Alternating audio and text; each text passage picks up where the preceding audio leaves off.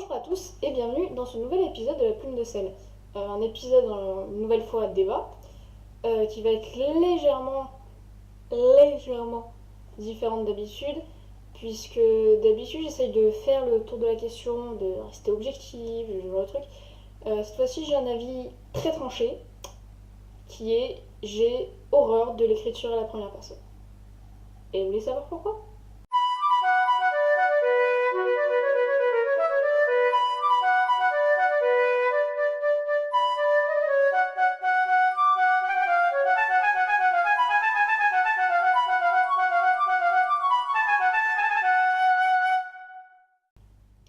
Je commencerai d'abord par l'écriture à la première personne dans la littérature type roman pour m'en débarrasser, n'est-ce pas? En tant que telle, je ne suis pas contre cette écriture, mais plutôt sa mauvaise utilisation, contre sa mauvaise utilisation, ce que j'appelle le jeu de facilité. En apparence, d'un point de vue extérieur, on peut se dire que bien sûr le jeu est l'écriture la plus facile, la plus simple, la plus intuitive aussi pour écrire un roman. On est directement dans la peau du héros, on a toutes ses pensées, il oublie tralala. Il n'y a pas besoin de s'embêter avec narrateur omniscient, point de vue géro, enfin tout ce genre de concepts absolument abscons pour des CM1. Mais pour moi, cette utilisation dénote d'un cruel manque de... C'est ce que j'appelle la solution de facilité. Et pourtant, et c'est là que ça devient un petit peu paradoxal, l'écriture à la première personne est selon moi la plus difficile, la plus complexe à maîtriser. Et les matheux vous le diront, plus c'est complexe, plus c'est beau. Alors pourquoi j'aime pas? Et pourquoi cette mauvaise utilisation? Le problème vient notamment qu'avec ce jeu, on est comme forcé non seulement d'être dans la tête du personnage, si ce n'est d'être carrément lui, mais surtout d'être obligé d'adhérer à son propos. Le bon écrivain sera donc celui qui saura remettre cette part d'objectivité manquante, une part d'objectivité qui n'est plus là, qui est absente à cause de la présence de ce jeu. Et c'est quasiment une conséquence logique. Et d'ailleurs, si on y réfléchit, c'est logique. Si c'est un jeu, on ne peut pas être objectif. Cet apport d'objectivité manquante peut passer par différents moyens, dont l'utilisation de l'environnement du personnage, que ce soit au niveau du paysage, on va dire, ou des autres acteurs secondaires. Par exemple, dans le tome 3 de Hunger Games, attention spoiler, Katniss est rejetée du cercle décisionnel de la rébellion alors qu'elle se croyait être le cœur de la rébellion. Bien sûr, les commandants rebelles sont vus au travers du prisme de subjectivité de Katniss, mais leur intervention est directe. Elle se passe dans un discours direct qui ne peut donc pas être soumis à la subjectivité de Katniss. Par conséquent, le lecteur peut en quelque sorte choisir son camp, décider si il trouve que Katniss est méchante envers ses commandants ou si ses commandants sont vraiment de vilains bonhommes comme décrit par Katniss. Cette objectivité peut aussi passer par l'introspection du personnage lui-même, sa propre introspection, c'est-à-dire conscient de ses défauts et de ses qualités, permettant au lecteur de se forger finalement sa propre opinion, même s'il a le droit justement au déballement des pensées du personnage. Pour cet exemple, eh bien, je me contenterai de citer l'excellent bouquin de Madame Yourcenar, Les Mémoires d'Adrien. Dans un autre registre, on trouve 16 lunes et ses suites, dont une des originalités, et pas des moindres, est le fait que le héros et narrateur est un garçon complètement normal, entouré d'êtres complètement magiques. D'ailleurs, un débat qu'on peut avoir, c'est de se demander si ce héros est personnage principal ou personnage secondaire de l'histoire racontée. De fait, le style est simple, il se lit facilement, c'est pas du très haut niveau littéraire, j'ai trouvé. Mais les auteurs arrivent à apporter cette touche d'objectivité qui permet de penser par soi-même, qui permet de juger les autres personnages, non seulement en fonction évidemment du narrateur, mais aussi de fonction de lui-même, de soi-même. Le narrateur est donc amoureux d'une fille que j'ai absolument détestée pendant tous les romans. Ça ne m'a jamais rien gâché de la lecture finalement. Mais j'étais contente de pouvoir détester ce personnage alors que le narrateur en était fou amoureux. Enfin, un dernier moyen, c'est par le biais humoristique, et cette fois-ci, bien, les exemples vous en dotez sont foisonnants. Je n'en citerai que deux, c'est-à-dire mes préférés, A comme Association et la trilogie de Bartiméus, qui est à moitié écrit à la première personne et à moitié écrit à la troisième, jusqu'au dernier tome où le mélange s'effectue et ce qui donne pour moi un morceau de littérature absolument génial. Si vous deviez lire que ça, lisez. Mais vous devez vous en douter, comme je n'ai pour l'instant parlé que de bouquins en des termes laudatifs qui utilisent correctement la première personne, c'est donc que j'ai un très mauvais exemple et un très bon contre-exemple, ça a l'air bizarre dit comme ça, et c'est évidemment toujours le même, vous en doutez, Divergente. Alors dans Divergente, aucune objectivité possible. L'environnement du personnage ne la remet pas en question, la situation ne la remet jamais en question, elle-même n'en a jamais rien à faire de se remettre en question. Sans même parler de l'histoire, et pourtant j'en aurais à parler là-dessus, il y a cette impression, j'ai ressenti cette impression pendant toute ma lecture, qu'on me forçait à penser d'une certaine façon, et donc qui n'était pas la mienne. Et ça m'a réellement gâché toute la lecture. Sans parler de l'histoire.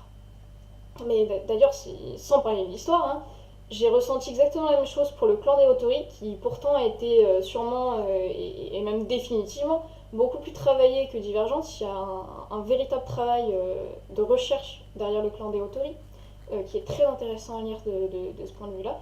Mais je n'ai pas pu aller plus loin que le tome 1 à cause de cette même impression qu'on me forçait à penser d'une certaine façon qui n'est pas la mienne. Et ce manque d'objectivité, et ben, il est là. Il est là. Que vous dire de plus, cher ami? Que vous dire de plus? Il est là. Mais passons maintenant à l'écriture à la première personne dans les RP. Moins grave, vous allez me dire? Eh ben non, c'est pire. Déjà, tout ce que j'ai dit précédemment s'applique ici aussi, à la différence notable que le jeu de facilité dans les RP va ressortir encore plus, comme le nez au milieu de la figure. Alors, un exemple assez, on va dire, c'est douloureux parce que j'avais rien contre cette fille, hein. Mais c'était une rôliste qui jouait un personnage, une petite fille, qui était sûre d'être badass et sûre de se connaître parfaitement. Alors pour la première partie, ça aurait pu passer, puisqu'on va dire que c'est à peu près aussi le sujet de près tous les romans d'aventure dans ce moment, le héros, l'enfant contre les adultes qui sauvent le monde. Sauf que là, elle jouait justement avec des personnages qui étaient des adultes, ce qui montrait le ridicule de ses actions en fait. Mais c'est surtout la deuxième partie qui m'intéresse. Non, à 12 ans, on ne se connaît pas. On se cherche, on fait des erreurs, on ne sait pas que ce sont des erreurs, on a l'impression d'avoir raison contre le monde entier, surtout contre les adultes. Non. Montrer un personnage qui a 12 ans un regard aussi cynique, ça relève, j'ai envie de dire, d'un peu d'un fantasme, d'un cliché littéraire, quoi. Mais juste, non. L'impression générale, c'était qu'on avait l'impression d'avoir affaire à un personnage en toc. Aucune émotion, aucun ressenti finalement, rien. Mais surtout, l'écriture à la première personne pose un problème de fond. Quel sens cette écriture a-t-elle? Sur quoi se fonde-t-elle? Je ne parlerai pas ici des cas où les gens utilisent l'univers pour leurs petites aventures personnelles, mais plutôt des cas qu'on peut plus se rapprocher du jeu de rôle sur table, c'est-à-dire avec un maître du jeu ou non, mais surtout une bande de joueurs qui jouent ensemble. Dans ce cas précis, lorsqu'on lit un post écrit à la première personne, écrit au jeu. Ce jeu, à qui renvoie-t-il? Quel est le destinataire de ce jeu? Est-ce que c'est l'autre? Est-ce que c'est l'autre joueur qui l'a écrit? Non, puisque cet autre joueur ne l'écrit pas seul. Donc c'est-à-dire qu'il ne se renvoie pas son propre message, il l'envoie aux autres. Dans ce cas, c'est moi, puisque moi je représente les autres. Mais si c'est moi le destinateur de ce jeu, dans la logique des choses c'est que puisque on est ensemble, pour moi c'est une écriture à plusieurs, c'est-à-dire que le RP forme un tout. Dans cette logique des choses, à quelle personne suis-je censé écrire mon propre personnage? Si le jeu que je lis se rapporte, si le jeu que je lis a pour destinataire moi, c'est-à-dire que mon propre personnage n'est qu'un personnage secondaire par rapport à ce jeu. Par conséquent, pour un même groupe de joueurs, on ne peut pas avoir plus d'un joueur qui utilise l'écriture à la première personne. Parce que dès lors, on aurait un narrateur et un annonciateur, c'est-à-dire ce jeu, mais qui renvoie à au moins deux entités différentes. Or, la particularité du jeu, c'est qu'il ne renvoie qu'à une seule entité. C'est la différence, c'est la base de la différence entre moi et les autres qu'on trouve en philosophie. Et ce raisonnement ne peut pas s'appliquer au il. On ne peut pas dire il y a plusieurs il, c'est la même personne. Non, parce que il, c'est les autres. Et ça comprend tous les autres. Et c'est ça qui cloche. Moi, je ne peux renvoyer qu'à une seule entité, à un seul personnage de tout le RP. Je vous l'accorde, dans la réalité des choses, on regardera le pseudo de la personne et personne ne s'embrouillera jamais. Mais même s'il n'y a pas de problème pratique en découlant, il n'en reste pas moins le problème théorique. Et j'ai envie de dire, c'est un peu ça mon boulot. Certains préfèrent l'histoire contée, tout à l'heure, j'ai envie de dire, moi j'ai une approche beaucoup plus intellectualisée de l'écriture. Finalement, c'est ça qui explique mon rejet de l'écriture à la première personne.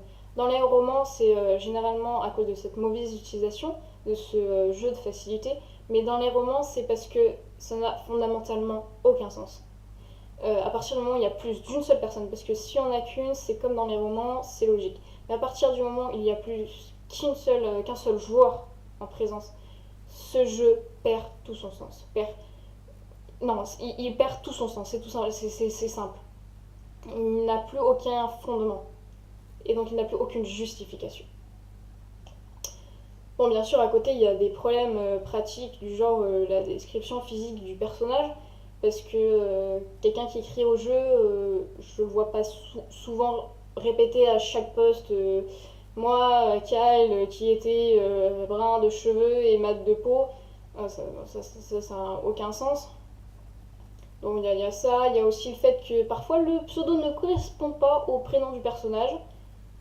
Et donc là, ça m'est arrivé un jour de ne plus du tout parler à un certain personnage parce que comme mon personnage ne se souvenait plus du prénom que moi non plus et que j'avais la flemme d'aller chercher dans sa fiche ou je sais pas quoi quel était le nom du personnage, et ben je ne l'appelais plus. Voilà.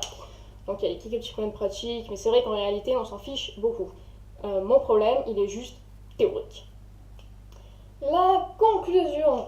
Ce que je viens de vous exposer est, je vous prie de le croire, un avis mûrement pesé, pensé, réfléchi, sur la base de toutes mes expériences littéraires.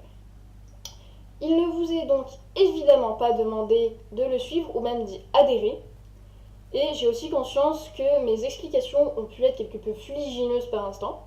Du coup, si vous n'êtes pas d'accord avec ce que j'ai dit, et vous avez totalement le droit, ou si vous souhaiteriez que je développasse un petit peu plus mes propos, je vous invite à laisser un commentaire. Et si ce n'est pas déjà fait, eh bien je vous invite aussi à vous abonner. Sur ce, je vous dis bon vent, bonne lecture et à la prochaine fois.